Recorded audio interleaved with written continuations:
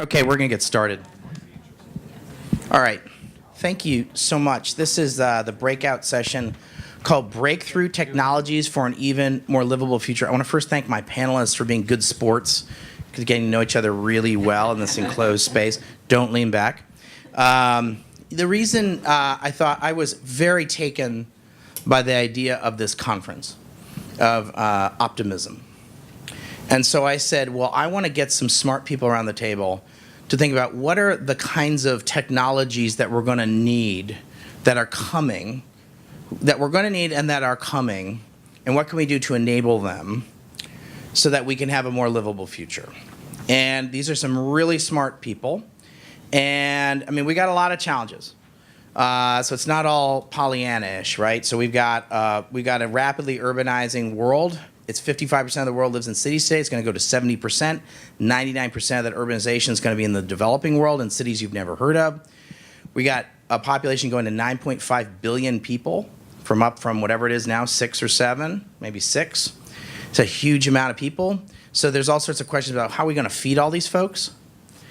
Where are we going to get the water? Or how are we going to manage water resources? How are we going to have the energy to power that? How are we going to, if you're going to live in a city, can you live in a city? I mean, I was in Mexico City 10 days ago, and I love Mexico City. I love Mexico. But the air's kind of dirty. I'm going to Beijing tomorrow. People don't want to live in Beijing. I mean, professionals, like global professionals, if they have to choose, they say, can I go to Shanghai?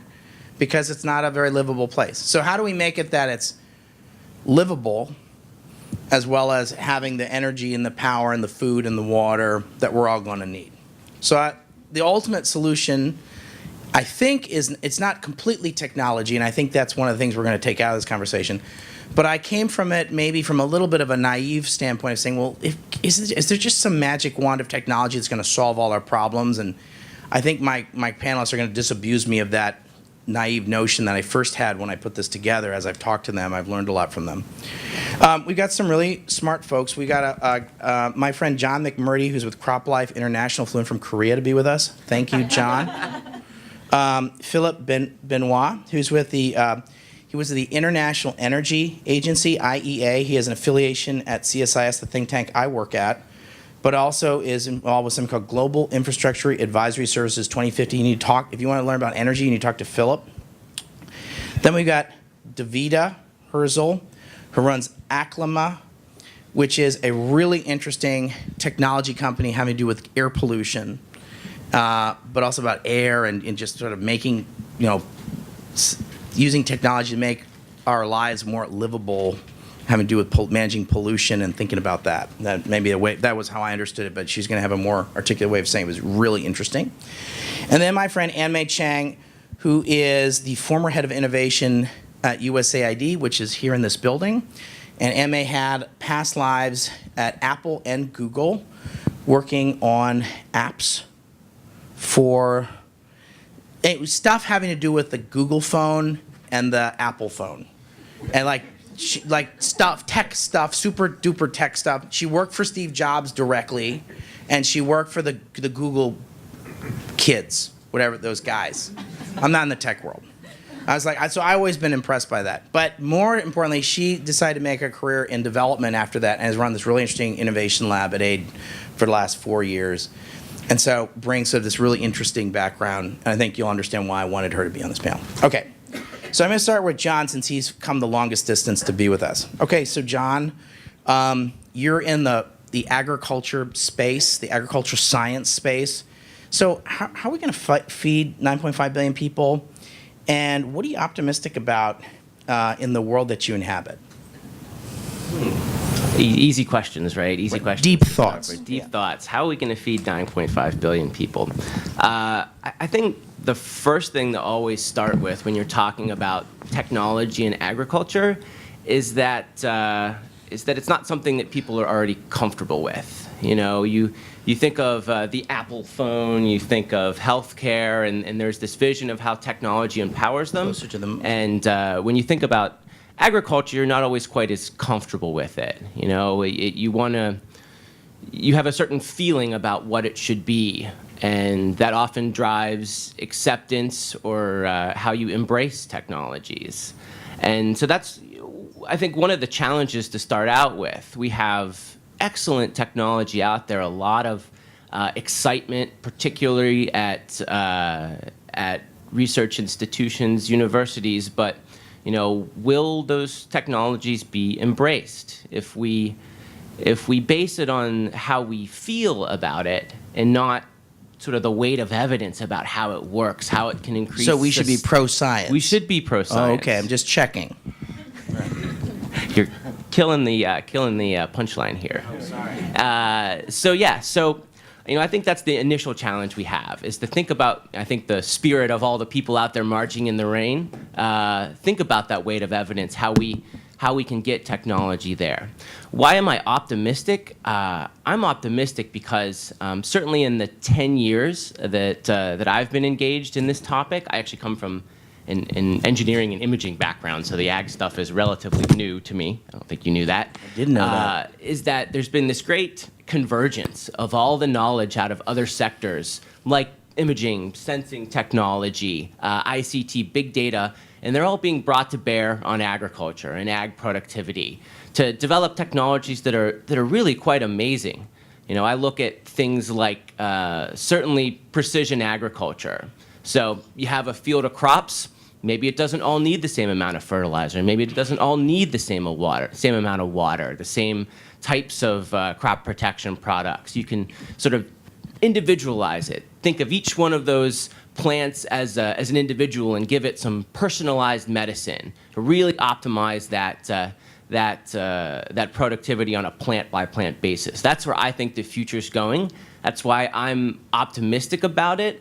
I just hope we rely on the evidence that's out there, and not just how we instinctively feel about it. Okay, so let me just use, are we going to be able to feed 9.5 billion people? So 20 years from now, are we going to have enough food? And will there be enough food, and will that food get to all the folks that need food? I think so. I hope so. There's a lot of people trying their best to make it happen. The question is, do we follow the evidence to let us do that? Or do we ideologically say there's only certain types of food production that are okay? And do we try and export our individual values on the global population? Okay, so is it a question of creating more arable land, or are we basically kind of maxed out the arable land credit card, and it's really more about agricultural productivity? So I think it's a little bit of everything. I think we don't want to put any more land under cultivation. Certainly, as people in this type of conference will know, there's nothing more disruptive to land than turning it into agricultural fields. But I think we're going to get there with productivity. We're going to get there with more sustainable use of our natural resources. That's obviously kind of right at the top of the agenda for all of the industries and the companies that I represent, but likewise the plant science community writ large is focused on sustainable use of resources, basically getting every last ton out of the land that we're currently farming, so we don't have to put that new land under cultivation. Okay, one last question. So if you were 22 years old and said you wanted to get into the agriculture business in like a startup, would it be in technology, or would you say I'm going to move to Ukraine or Congo? Like, where would you go if you wanted to do agricultural startup, or what would be, where's sort of the hot things if you were 22 or 25 and you wanted to be in agriculture to be part of this? We're all going to start the company after you tell us. Yeah, I tell you, okay. Obviously, a lifestyle choice, whether you want to move to the Congo or work. Yeah, but seriously, right? Yeah. So I think, again, because Congo could be the breadbasket of Africa if they had its act together, right? As far as arable land, absolutely. Yeah, right. I think if I were 22 and going into this space, I think there's maybe two ways I would go, and they're both a little bit biased for my background. So I did 7 years at USAID, focused on ag R&D for the developing world, and I thought it was fascinating work. And I think there's so much really cool stuff, particularly in genetics and sort of big data going on in our universities that have these partnerships with developing countries that can really capitalizing on it, I think that's where I would kind of push my career a bit more in that kind of global ag space. Thank you. Philippe, thanks for being here. So Philippe, you're in the energy space. You're at the International IEA. Mm-hmm. You have an affiliation with CSIS. You think a lot about the intersection of energy and development, or energy for development. How are we going to have enough power, and where's it going to come from for all these 9.5 billion people? A lot of them are going to get richer. So we have a global middle class. Urbanization means as people move from rural areas to cities, they consume a lot more energy, they consume a lot more food, they consume a lot more water. They want to have things like cars, they want to have things like motorcycles. And it's hard for someone sitting here in Washington to say, well, they can't have that car. So are we going to have enough energy to power the future? Okay, great. Thanks, Stan, and thanks for inviting me. What I'd like to do really is to take the 7 minutes allotted to me and really cover 5 separate points that deal with the issue that you've raised. I think the first point to make that people tend to forget is that energy is a good thing. Okay? Energy has powered economic and social development in the U.S. and around the world. I mean, historically, growth in GDP has been matched and really fueled by an increase in energy supply, most of which has been fossil fuels. Now, not only do our businesses and industry rely on energy, but energy has also generated important education, health, and other social service benefits. For example, if I were to step off this podium and break my leg, hopefully you, Dan... Please don't do that. Hopefully you, Dan, would call somebody using your phone, using energy, and they would send an ambulance. I'd use this phone. You'll use that phone. The ambulance would come to the front door of the RRB. And they would use gasoline, and they would bring me to a hospital, and in the hospital They put plastics on you. They put plastic created by energy and the like. So the important point to make here is that energy has not only powered economic developments, not only businesses, but basically a lot of the things that relate to our standard of living have been generated by energy. So energy has been key to creating a livable present. And energy is important not only in developed countries, but also in developing countries. So for example, if we look at China and the rapid economic growth that they've had over the last 30 years, that has actually been matched by an increase in energy demand. Now, interestingly enough, when we look at the US and other developed countries, what we actually see going forward is that basically we see a decoupling of energy demand and GDP. And that fundamentally reflects the fact that we've achieved a level of development in which we can actually move forward through energy efficiency and other structural changes in our economy. We, the United States. We, the United States, the fact that we have Google and other companies that provide so much of our GDP that require less energy than if you actually need to build cars.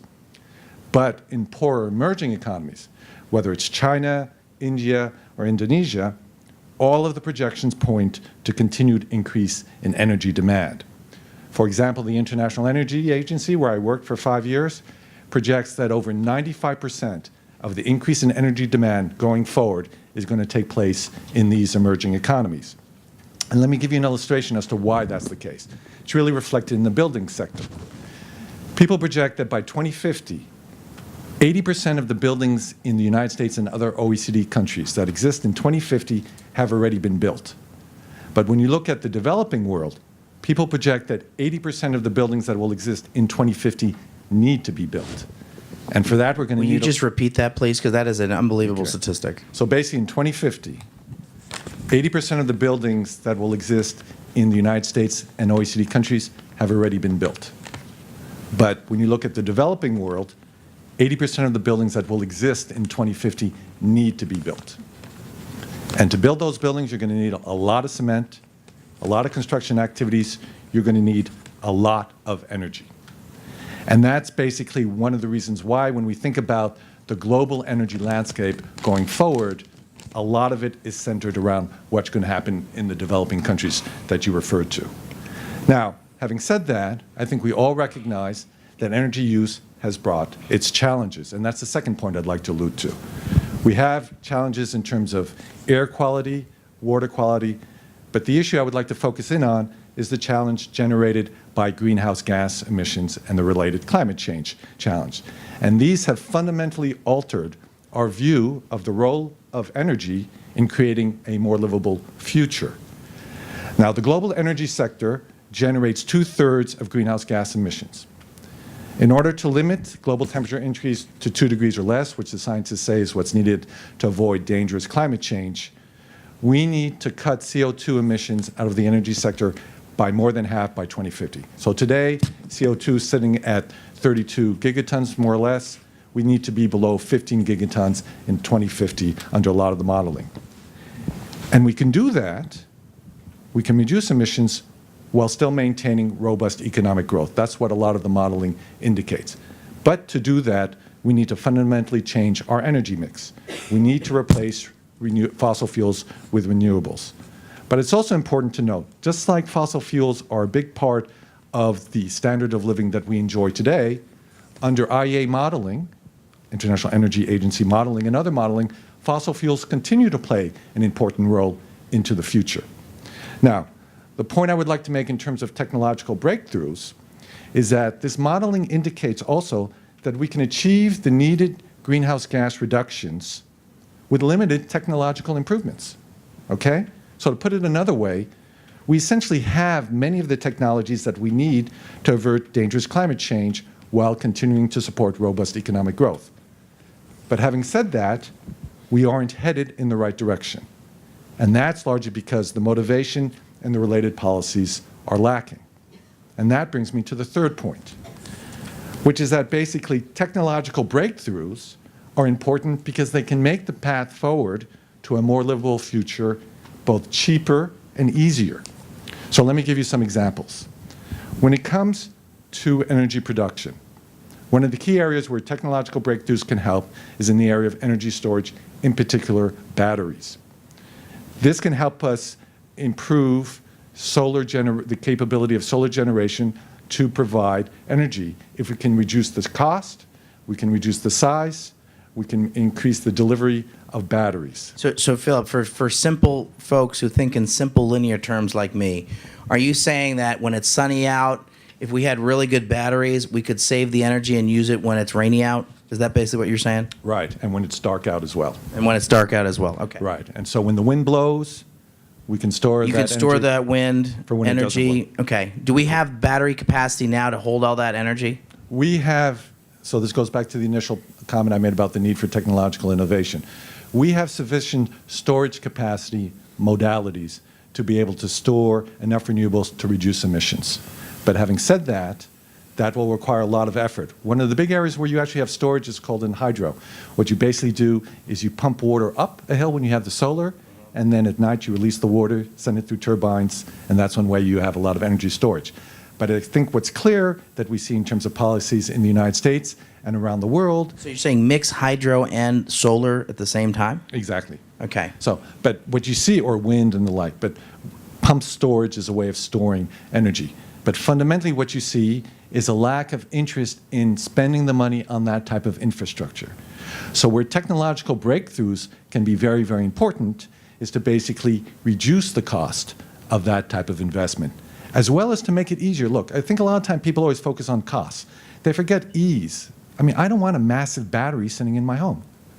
If we can have a very small battery that can charge a lot, then I'm going to be much more willing to do that. How close are we to getting something like that?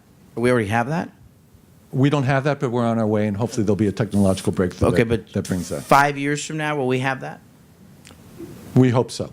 10 we'll years? see. I'm serious. 10 years from now, probably. I will leave it to my colleagues from the Silicon Valley to give a better sense as to when we Okay, can but get you've there. been in the business a while. If you were a betting man, If I were a betting man, so let me go, I'm going to jump to the last point, okay, I was going to make, which is that basically the government coupling with the private sector has an important role to play in terms of innovation, okay? We all know the internet was the result of a government-private sector partnership. Yeah. The U.S. Department of Energy, as well as its national labs, have an important role to play in terms of technological innovation.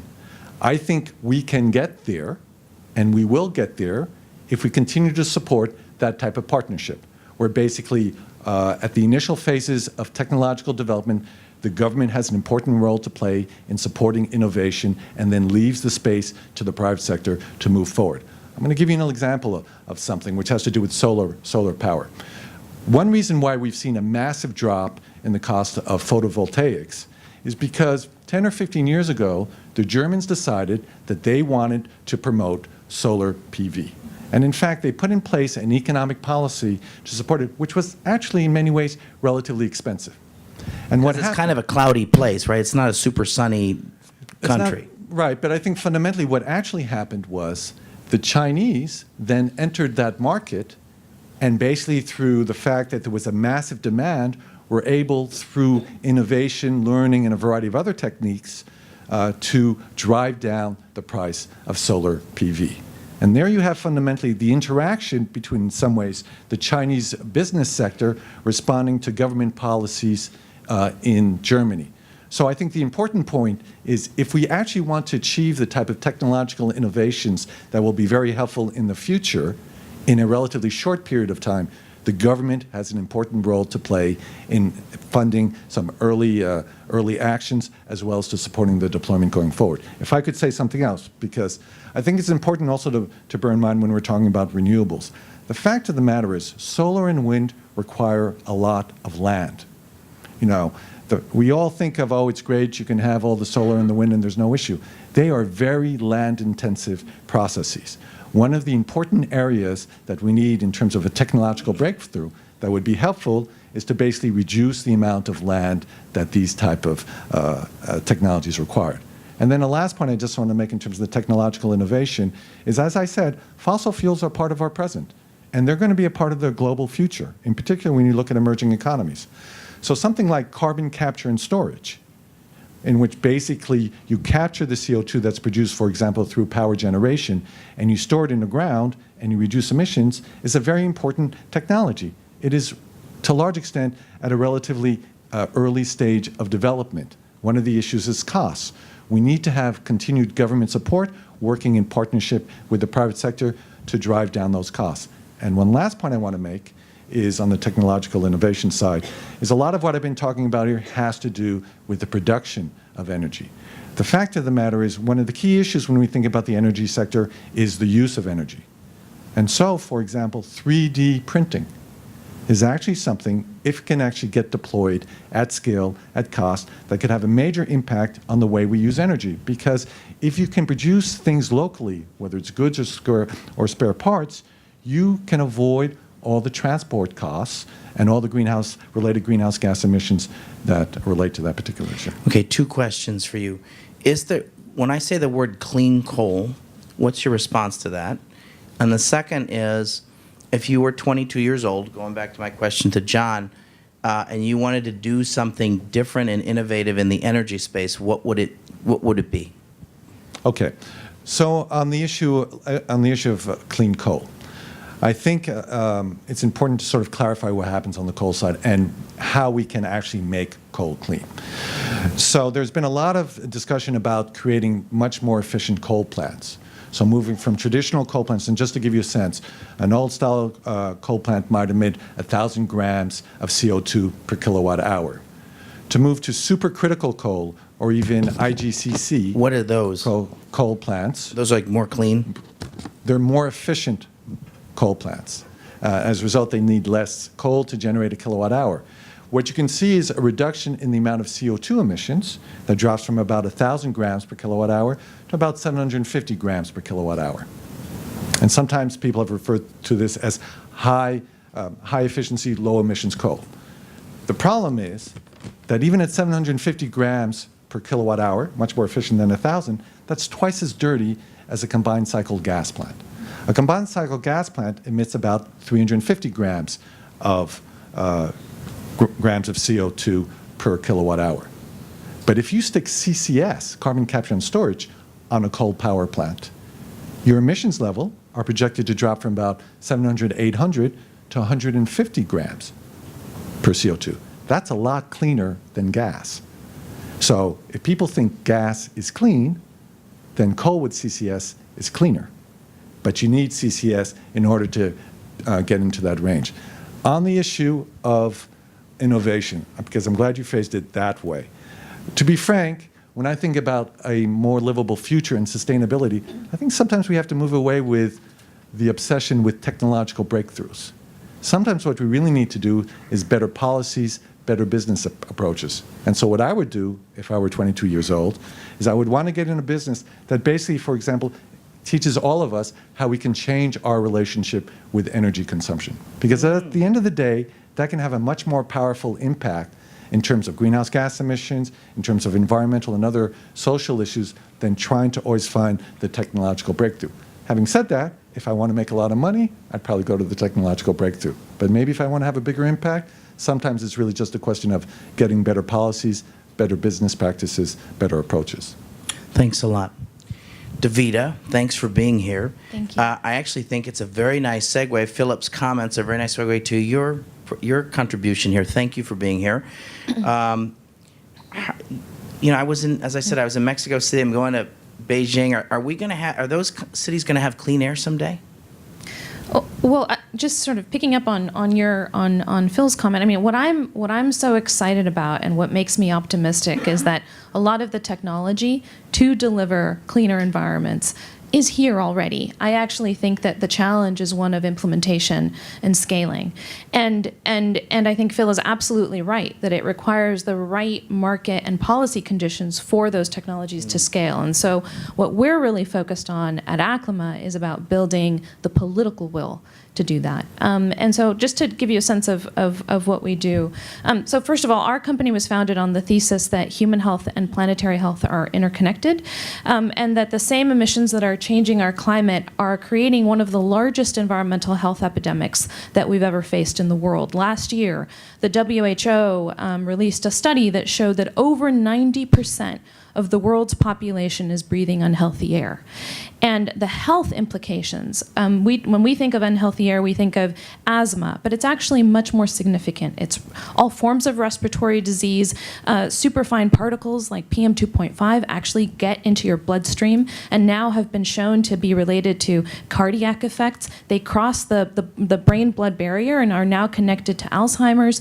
And so when you start to see these global and massive health epidemics, which disproportionately affect women and children and the poor, I think we have an opportunity to reframe the conversation and to use health to really pull and motivate policymakers to shift the underlying policies to really enable technology implementation, and renewable energy is the solution, and so that's really what I'm really optimistic about, is that there is that basis there already in place in terms of the innovation pipeline. And so at Aclima, the way that we're really bridging that gap is through data. So we are deploying and developing sensor networks to measure air quality and climate change emissions in real time at the block by block scale. So at the level of human relevancy. The scale at which this data is actually relevant to me.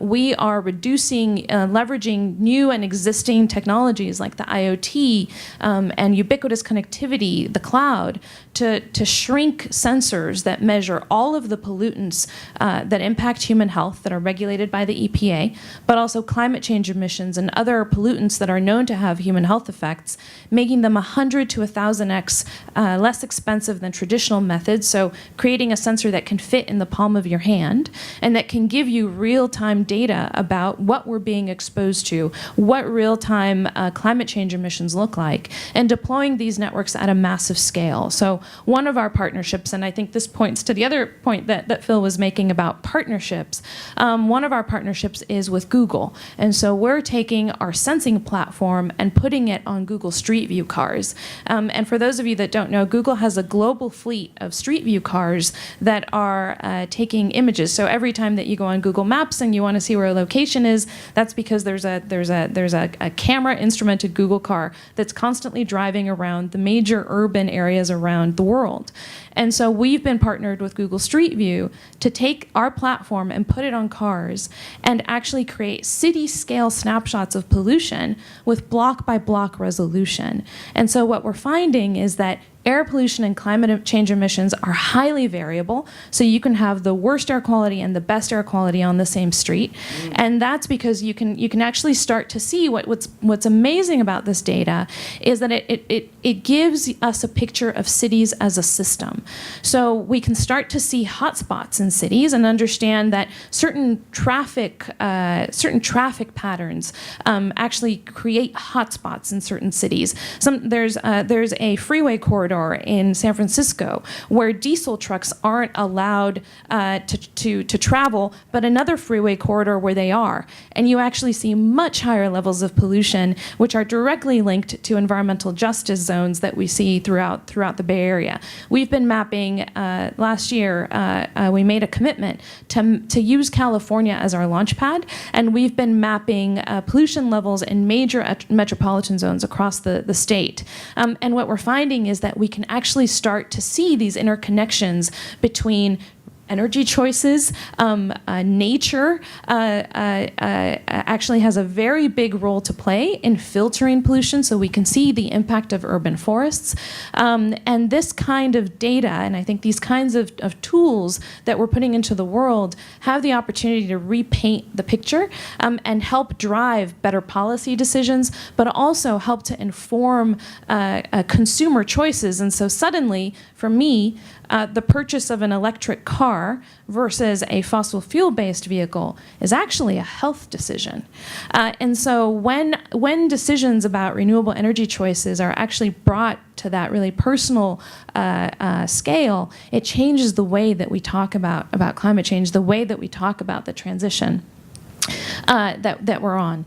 The other thing I wanted to point to, just in terms of the power of partnerships, both at the implementation side and the translation side. So we have a number of major partnerships, one of which is actually with the EPA. So we're in a 10-year cooperative research and development agreement with the EPA, where the EPA is advising us and working with us to bring in the technology and expertise that they've developed over the last 30 years, which is best in class in the world, to help inform our data quality standards, to ensure that the data that we're putting into the world is high quality data so that people can make reliable decisions off of this information. And another partnership is with the national labs. So in the national labs, there's a tremendous amount of innovation. The national labs and the University of California. So universities are an incredible source of this innovation, and I would argue that the technologies that we need and over the next several years are already here and likely in university labs and on the shelf. And so what we did was partner with the university and with the lab to actually take some really exciting innovations that they've developed for very small scale sensors for black carbon, but also for PM2.5. So with Lawrence Berkeley National Labs, we're actually commercializing a sensor that's the size of a quarter and can detect PM2.5, which is the most dangerous pollutant in the world for human health, with a sensor that's the size of a quarter. And so we can imagine these sensors connected to the internet and at a massive scale, really creating the data infrastructure that we need to understand the implications of our decisions, policy, and our consumer choices. Thank you so much. Okay, Anne May, you have been at Google, you've been at Apple, you ran this really interesting innovation lab. So tell me, we're going to have breakthrough technologies to solve our energy, food, water, livability problems. Isn't that what's breakthrough technology are going to be? They're going to be silver bullets for all these challenges. You're trying to set me up, huh? I am. Well, I think my colleagues here on the panel, I'm very thrilled to hear that there is also some skepticism about the need for breakthrough technologies, or that breakthrough technologies are the panacea. I think absolutely. I mean, we need to continue to have technology advances to continue to make these problems easier and easier to solve over time, but that's not the biggest challenge that we face. And I want to come at it from a developing country perspective. I think, as we've heard from everyone's remarks, the biggest challenge going forward is going to be in developing countries. That's where the urbanization is happening. That's where the population growth is happening. That's where the energy needs are happening. Most of the growth in environmental challenges are going to come from developing countries over the next few decades. And so, while it's important for us to have state-of-the-art solutions here in the U.S. and Europe, in developing countries, a lot of those state-of-the-art solutions just aren't applicable. They don't have the infrastructure. There's no internet. People don't have smartphones. People often don't even have electricity.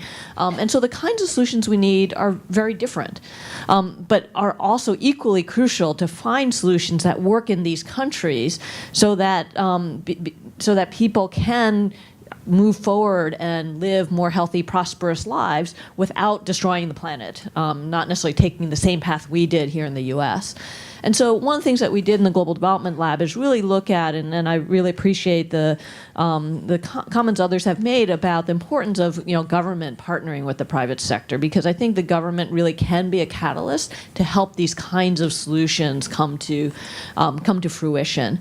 And in developing countries, what that often means is not breakthrough technologies, but creative ways of combining existing, often old technologies in new ways. And so what do I mean by that? In developing countries, most people don't have smartphones today. Many people, though, have feature phones. And so one of the things that's evolved in these countries is the system of mobile money that allows people with a simple feature phone to be able to transfer money electronically to either another business or to a family member. And it's been incredibly powerful because it allows people then to be able to save money, to get loans, and so forth. Now, you take that platform and you combine it with these now low-cost solar panels and solar systems that have existed because of where the prices have dropped because of some of the production in China. And in the past, poor people living in rural areas in developing countries couldn't afford to buy a home solar system because it was just too expensive. They're living on $1 or $2 a day. They can't save up enough money to spend a couple $100s on a solar system. But now with mobile money, a number of different businesses have started creating a new business model by using mobile money to let families be able to pay off their home solar system at just a few cents a day, often less than the price that they would have paid for kerosene, which is much more polluting. And it's allowed families now to, for the first time, have electricity and have it reliably. And what's exciting about this, one company we worked with at USAID is called Off-Grid Electric in Tanzania. And we funded them with an early grant of only about $100,000 to test out this new business model. And then when they were successful, we gave them a $1 million grant to start building out their business, and then later a $5 million grant that served as kind of first loss debt to let them draw in private investment. And since then, with that sort of $6 million investment, this particular company, Off-Grid, has now brought in over $100 million in private debt and equity, right? So now the private sector's really taken over now that we've sort of catalyzed and proven this model. And beyond that, it's not just this one company, but now we're seeing a half dozen companies that have reached hundreds of thousands of homes with this kind of home solar pay-as-you-go systems. And USAID is now running a grand challenge called the Grand Challenge for Off-Grid Energy that is helping to support both these existing companies and help new companies start up in new geographies to be able to serve users. And one of the interesting tools that we're using in this grand challenge, one is sort of bringing together a coalition to drive policy change, which is also a really essential piece that other of my colleagues have mentioned. But another thing that we've done is looking at ways to drive demand. How do we make these household solar systems more useful to people so that they will want them? And one of the things that we're running is this refrigeration prize to drive low-cost refrigeration systems that can run off a solar system. And this is the kind of thing that private sector isn't going to focus on because they're going to focus on selling expensive refrigerators that run off AC energy. But it's not breakthrough technology. So this would be like if I'm a college student in a dorm room and it'd be like a teeny refrigerator run off a solar panel. Yeah, except that it has to have very different characteristics than even that tiny refrigerator. I used to have one of those little cubes that sat under my desk. That's right? the mental visual I have. But it'd be something like, but that usually runs off AC power, and it still draws too much power for these small home solar systems. So we're not talking about breakthrough technologies here. We're talking about making technologies cheaper and adapting them to a different context. Yeah, and I was with somebody earlier today. I'm talking about South Sudan, and there are all sorts of places in the world where we're just not going to have on-grid power anytime in the near future. So it's not about, well, isn't this just not just about being green? This is just about having electricity, right? So this is, so in your mind, Mei, if I was thinking about like a technology to watch, would you say that sort of creating the model of payments, solar, and the right kind of, let's call them solar-friendly technologies, they're all kind of off the shelf, all putting them together better. Is that sort of the thing you're going to watch over the next 2 to 3 years? Is something to watch where you could have millions of people off-grid having electricity? Absolutely. I think that this combination, this new business model of sort of pay-as-you-go household solar will reach millions of people. It will be the sort of next big thing over the next 5 or 10 years. And it's based That's on awesome. 10-year-old technology on both sides. So it's not a new technology. It's just putting flour and chocolate chips and eggs together differently, right? That's Yeah, basically what peanut it butter is. and chocolate, And peanut yeah. butter and chocolate. And then look what happened when they did that. Yeah, exactly. So Anne, so if you were 22 years old and you were graduating from school and you wanted to be in sort of the, let's call it the leveraging innovation and technologies or innovation to have a more sustainable future, what would you be doing if you were leaving college? What not necessarily you, but what would you recommend to a young person in terms of sectors to put your time and effort into? What I think is really interesting is, growing up here in the U.S., we get exposed to all sorts of really amazing technologies and privilege and so forth. And in developing countries, people just don't have the perspective, the education, the experience, the know-how that we are privileged to have here. And so, we have the Peace Corps, which historically we've sent people to Yeah. teach people English, build little schools Yep. and stuff like that. I think we should have like an innovation corps where young people go to developing countries, bring their expertise, and help bridge the local communities who understand the local needs and local challenges. And they're with- just as smart as we are, and just even as creative as we are, and so it's like together we can do cool stuff. They're just as smart and creative as we are, but they don't have the experience and education that we do. And so having young people from this context go and partner with people locally, their counterparts in these developing countries, together, I think that combination of local understanding with the understanding of technologies and what's possible, I think we'll come up with many, many more of these kinds of models of putting together things in new ways that really work in the existing context. Okay, so think of it as like maybe your recommendation, maybe can think about a social entrepreneurship opportunity is maybe sort of what you're suggesting. Yeah. So Davida, I didn't ask you that question, which is if you were 22 years old, given the description of what you were giving earlier about the combination of technology and data and making our lives more livable as it pertains to clean air, if you were 22 years old, what would you be encouraging someone who's 22 years old to be doing right now, given what you're in the work that you do? Yeah, start a company. Start a company. I refer to this as impact entrepreneurship, and really building companies. When you talk about the numbers of people that are affected by these challenges, it's billions of people.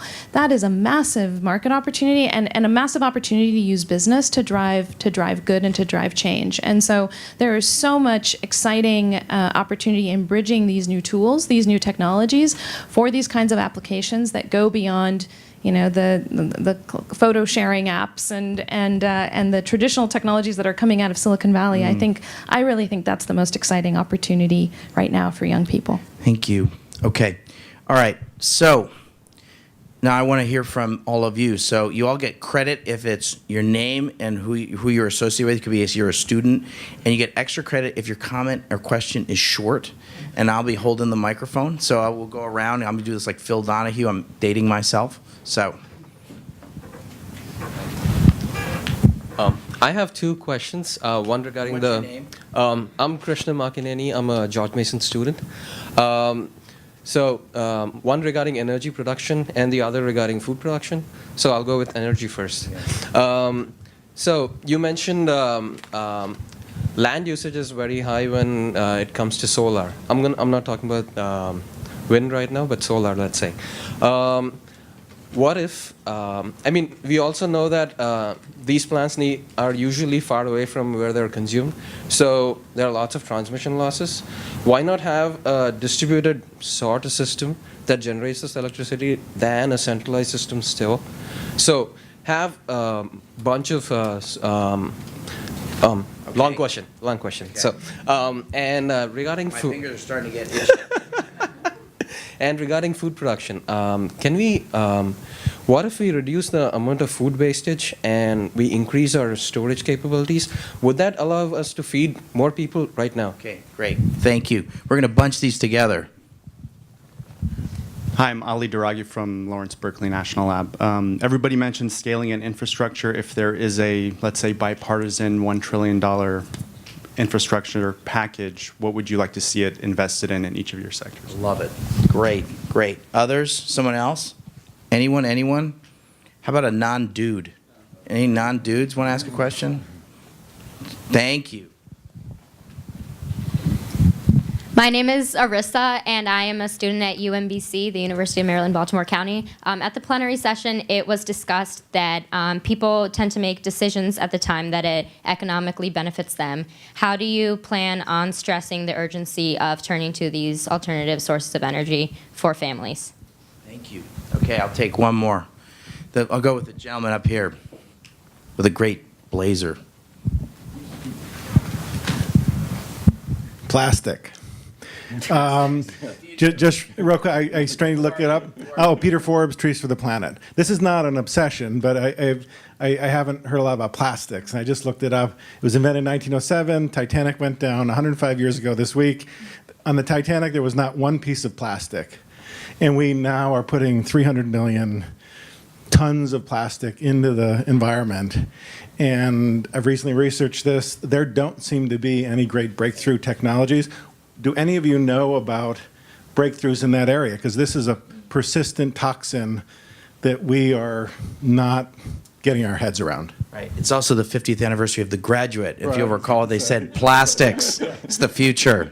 Okay, so unpack Yeah, any let and me all just say, those. it shows my age too. I thought when he said Right. plastics, he was going to say, what's going to be the plastics of the future? When you said plastics, I thought The Graduate. Exactly. Right. So right, some right. real quick answers. Yes, critical issue is distributed generation. A lot of people are falling in love with distributed generation, in particular with relation to developing countries, poor developing countries. Distributed generation has an important role to play.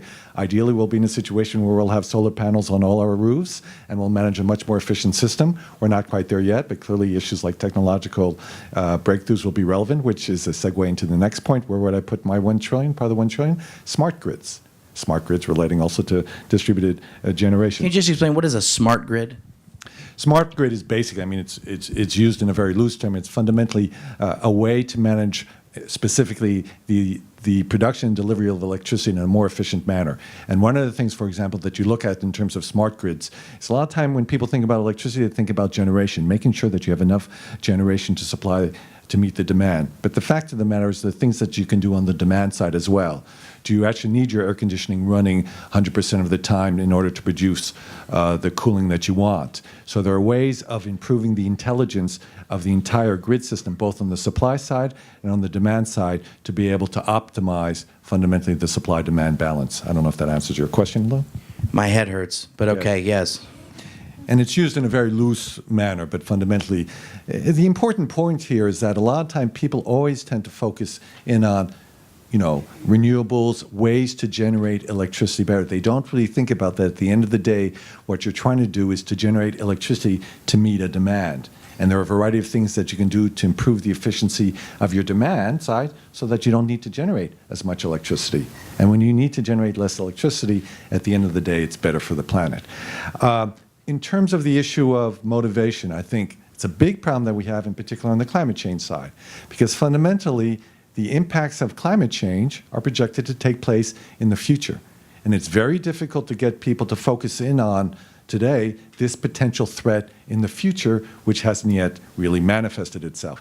And that's why a lot of time people focus in on related issues.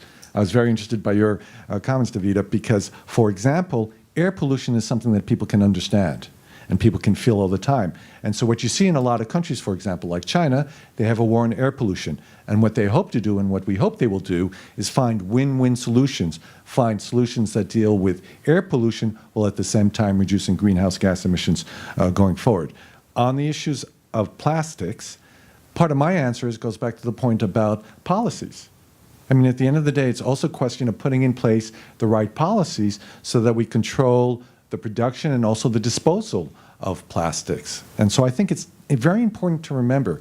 This comes back to the point I think you made about the issue about political motivation. Technological breakthroughs are very, very important. But what is more important is political objectives, societal objectives, and getting the policies in place to promote market responses and other responses. A lot of the technologies that we need to deal with these issues exist today. What tends to be lacking is really sufficient motivation on our part. Okay, just hand the microphone over to Davida. Great, please. and just to add a little bit more color to the question about what will motivate people to make different choices today, and we firmly believe that health is and air pollution, and reframing this as because this is something that affects people now. You look at what happened in New Delhi last year when the entire city shut down, and schools were shut down. Kids couldn't go to school. Construction sites were shut down, affecting the local economy. Those are very real and visceral and significant effects today. And so we think that is actually a really powerful way to talk about the issue of climate change in a way that isn't about, abstract, long time scales and things that happen at a global scale. Most of us think about, the things we interact with every day, which are other people, it's our neighborhood, it's our community, our school, our work, and that's the scale of our thinking day to day. So I think we need to reframe the challenge at that scale. The other question about plastics, I was just going to bring up the term around circular economy, and the way, and I think we need to rethink waste streams. So not only is this about, yes, at the production scale, but rethinking waste streams into these circular models. A couple of days ago, Apple announced that all of its phones are going to be made from recycled materials. Those kinds of decisions from big corporate players have the potential to really change the game. And so the question is for us, as these big corporates are making these changes, what are other kinds of policy decisions that can support that? Banning plastic bags, for example, and creating the policy conditions again to facilitate those shifts. Hey, thank you, John. So I think the question about food waste is a great one. That's exactly the question to ask, and that's one of the reasons I didn't get to that I am optimistic, and that the past, I would say probably at least 5 years, there's been heavy focus on that issue. I think globally food waste is, we waste I think 30 to 35%. Yeah, something like 30%. Yeah, so it's massive. The reasons are obviously very different in the developing world and the developed world. And it's not just finishing stuff on your plate. It's stuff No, like absolutely. when you grow the corn, and the corn, does it fall out of the truck or does it spoil in the thing before it actually shows up at the grocery store? That's the 30% before it gets to the giant grocery store, right? Well, it's very different. It might be out in the field. If you're in a developing country, you have no way to protect it. Bugs eat it, right? They eat it in the field. There's no way to store it before you can send it somewhere. There's no cold storage. They don't have, in many cases, even bags to seal it in. They dry it on the, on the roof of their houses, and they lose a tremendous amount. So tremendous opportunity there in the developing world. There's a lot of initiatives thinking about small-scale storage solutions to keep grain for a longer period of time and help farmers basically retain more of that value. In the developed world, it's a mix of everything, right? As Dan was implying, we spend a few percent of our income on food. I think it's on average 2 or 3%. So it's just, we don't have an appreciation for it. We let it rot in our fridges. We don't eat it all. It, goes bad in the grocery store. So there's just not enough appreciation for it. But I think that's changing. There's a lot of initiatives trying to think of ways to, access ugly vegetables or not, keep them longer. It sounds delicious. It's wonderful. They're pushing for revising the kind of sell-by dates to say those, those aren't hard and fast. You can get longer life out of your food. The question on the was it $1 trillion I had, Ali? Yeah, is that what I had? Yeah. I think where I might put it in developing countries is more on the kind of the ag processing side. So basically right now, a lot of these countries aren't retaining a lot of value from what they produce. They'll grow commodity, but they'll be essentially a contract farm for China or India or something like that. If they have the ability to process, add more value to that commodity, the impacts on the economy are quite significant. So I think I would really think about that for a scaling approach. Thank you.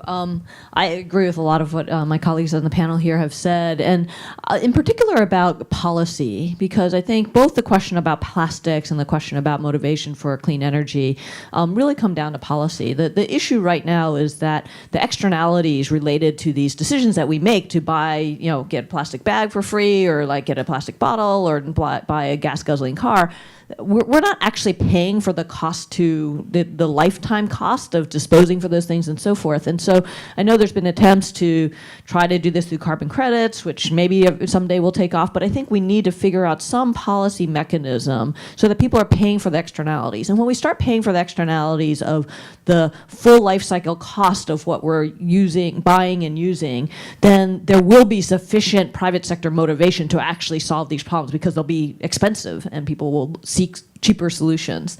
And just as a personal example of this, I just moved back to California a few months ago, and I needed to buy a car, and I ended up buying an electric car. And in part, I bought the electric car because there's all these government subsidies right now, especially in California, for electric cars, where it's actually much more economical for me to buy an electric car than a gas car at this point. And so, that's something that government can do, is really try to equalize the playing field of how these decisions that we make play out, because there are effects on our environment and our communities. Just on the $1 trillion question, I'll just say something a little bit controversial to that question, which is, given that I work in global development, I would actually say if we want to spend $1 trillion in trying to reduce carbon emissions or do something that's good for the environment, that money is probably much better spent in developing countries than here in the U.S. Here in the U.S., we've really plateaued in terms of, and is actually going down a bit in terms of our consumption, and we're sort of at a point of diminishing returns. Whereas in developing countries, that's where you're seeing a lot of the growth in emissions, and also not enough resources to be able to take advantage of the existing technologies that are out there to be able to ameliorate that. Okay, so let me. I want to take advantage of the chair's prerogative and come back to this panel and just say, okay, we just had a March for Science outside. There's so a little bit related to this $1 trillion question. So let's assume that that should the government be picking winners in terms of where it spends its research dollars? Let's assume there's going to continue to be significant research spending on something, on stuff. Are there specific sectors they ought to be putting money into, or is that? And we had a little bit of a conversation about that in May in the run up to this, and you disabused me of this slightly. You said, Runde, we shouldn't be picking winners. Could you just talk about? Should we just? Is your take? Let's not pick winners, and we should just run how should government allocate its scarce resources to help accelerate innovation and breakthrough technologies? Let's operate as if there's going to be money. How should they do that? Let me start with you, Anne May, and I'd like to hear from each of you. Great. So I think the government plays a really important role, but I think the government is generally not in the best position to know what the best solutions are. There's many more brilliant people out there who we should be drawing from. But what we can do is define what the challenges are and what the solutions are that we need. And I think there's a number of ways to do that, short of actually picking the winners or picking the companies that are going to do that, because we just generally don't pick that well. And so one of the things I'm really a big fan of, so one that we just talked about is, the externalizing. If we have government policy that externalize the actual real costs of things, that will put pressure to create these new solutions. That's something that government can really do. Another is, running prize competitions where we look for, we identify the solutions that we need better battery storage, for example, or we need, better low-cost refrigeration systems. And we run a prize and let people compete with that. Again, we're putting the market signals in of what we think is really needed in the world, and not trying to pick winners, but allowing people to compete with the best solution.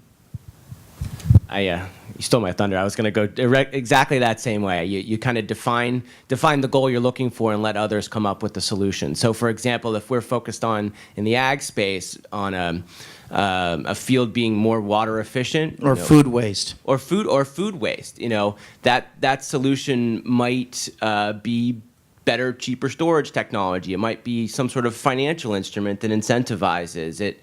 It might be a genetics technology that improves resistance to bugs and things eating it at the outset. So let others define the solutions, and smart people try and decide where the best bet is to take. And let me just jump in, because Anne May, one of the things I took away from our conversations is a lot of the innovations that you guys funded didn't come from somebody in white lab coats in Silicon Valley. It was like three scruffy boys and girls in a garage, and it could be not just in the United States, but it could be in Ghana, right? You actually funded stuff that was in the global south. Is that true? Let me just... Yeah, I mean, we've had... Innovation can come from anywhere. Yeah, we've had innovators anywhere from a 17-year-old girl in South Africa I who love came that. up with like a different way to garden in a more water-efficient way. Could you just tell that story? Because I love that story, and then we'll give the microphone to Davida. Yeah, so this came from our Securing Water for Food Grant Challenge, which is looking at more water-efficient ways to be able to produce food. And this 17-year-old girl was trying to plant a small garden at her house, and did the typical thing of buying a package of seeds and scattering them, and only a few of them grew. And she's used a lot of water to try and get them to grow. And she came up with this better solution, which was to encase these seeds in a paper seed strip that also included fertilizer at the sort of same point, so you had the right amount of fertilizer, and the seeds are spaced the right distance apart, and there's markings on the strip to show how deep you're supposed to plant the seed, depending on the type of seed it is. And then the part of the strip that is above ground actually shows you where the seed was, so you can just water just where the seeds are, as opposed to watering the whole plot of land, so you save about 80% of water. This is like a 17-year-old girl in South Africa that came up with this. And you gave them some money. You gave her some money. Yeah, no, we funded her through this Securing Water for I Food love Grant it. Challenge, and she's now selling through women in South Africa to their own communities. And we've had all sorts of examples like this. We had this new assisted birth device that was come up with by an Argentinian car mechanic, not someone you would typically give a grant to. Or the Ebola in the Ebola crisis, the new protective suit that would be safer and quicker to don and doff. Because you need a space health. suit. When you have Ebola, you got to wear one of those horrible space suits. Yeah, but the original suits that we had were awful. incredibly hot. You can only wear them for 2 hours. Well, you only wear them actually for 45 minutes before you really literally die of heat exhaustion. Yes. In the hot West African weather, which is not what they were designed for. They were designed for climate control They're designed labs, for right? Iowa or something. Yeah, and so they were just inappropriate. And so the team that put together the sort of one of the award-winning suits was actually included a wedding dress designer who knew sort of how to design materials and stuff, and a sports manufacturer, that an Under Armour that knew how to do wicking technology and so forth. So not the typical people you'd go to with a government contract. Okay, Davida. So I would agree that with the sort of prize approach is a great way to incentivize or activate innovation in areas that we know need innovation. So whether it's batteries, energy storage, there's a lot of opportunities for bringing innovations that may be in the lab, but maybe are in the garage, where we need to catalyze investment. But I wanted to point to one example that we haven't talked about, which is ARPA-E. So ARPA-E is a group a program in the Department of Energy that has identified areas that need this kind of award-based catalytic investment. And one example, in the transition to natural gas, one of the big problems that we've created is that there's methane leakage from natural gas infrastructure, but also from the production side. So we've heard of fracking and the implications of methane leakage. Methane is also one of the most powerful greenhouse gases. And so the ARPA-E put out a call for solutions. And they didn't, say this has to come from a laboratory. It could come from anywhere. And as a result of that call, there's a number of really exciting measurement technologies now for real-time measurement of methane. And so that wouldn't have been, nobody was investing in that at the scale that was needed to catalyze it. And now we're starting to see those innovations come into the marketplace. We're working with some of those technologies. And so that's an incredible example of the kind of thing that that government investment in technology can do. And then just on the policy side of the discussion, the source of policy is political will. And so if everybody that came into the conference today got a summary of a bottom-up movement that's called the Roadmap, where and I was lucky to be a part of helping to author this roadmap. But it's a collection of self-called doers who are saying we don't need need permission from the nation, at the national level or policy level. We're going to work together to mobilize and bring solutions into the world across sectors. And so when we think about, the incredible numbers of people that are marching right now, what kind of platform are we going to give them to act and to take actions together? And so I would just point us to the roadmap as a potential seed and a potential and framework for bringing private citizens and private players together to influence policy, but also to bring these solutions into the marketplace. Thank you. Philip, I'm going to give you the last word. Okay. So I agree with what everybody said going forward. Platforms help, but I think targeted initiatives are also important. You used picking winners. I don't want to use picking winners because that's... No, I use that as a loaded term. I know, yes. exactly, and that's why I would prefer targeted initiatives. Look, the fact of the matter is platforms help, but we've also identified certain technologies that are very important, and the fact of the matter is they often need targeted support. I referred to carbon capture and storage. That's a choice among different technologies. The fact of the matter is, given where it is in terms of the technological development and the capital costs are required, it needs targeted support. Concentrated solar power is another area that can benefit and has benefited from target support. So yes, I agree. It's very useful to have open platforms to generate innovation. You don't know where the solutions are going to come from. I love the story about the seeds. Low-tech solutions are often the best solutions. But the fact of the matter is it also helps to complement that with more targeted support. What you want to make sure is that when you have the targeted support or trying to pick winners, that you don't crowd out innovation. Okay, please join me in thanking the panel.